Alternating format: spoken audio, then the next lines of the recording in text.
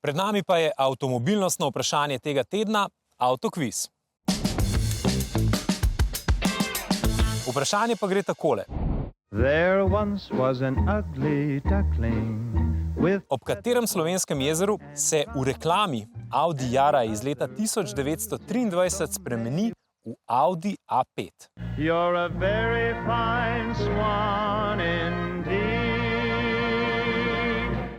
Glasujte na rtvslo.si/avtomobilnost ali če preprosto skenirate QR kodo in označite svoj odgovor. Ja, pridno pa ste odgovarjali na naš kviz preteklega tedna in tule je odgovor. Vprašanje se je glasilo, koliko kolov ima Dars na voljo za označitev cestišča v zimskem času, in odgovor je več kot 20 tisoč. Če smo še bolj natančni, 20 107.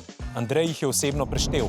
Letošnja zima je bila sicer mila, kar pred zimo seveda ni bilo mogoče napovedati, in zato so se pri Darsu nanjo pripravili tako kot Indijanci. No, ne z drvmi, ampak s koli, pa še veliko bolj z novo tehnologijo in vozili, s katerimi so lahko posip in pluženje izvajali hitreje in tudi bolj ekološko.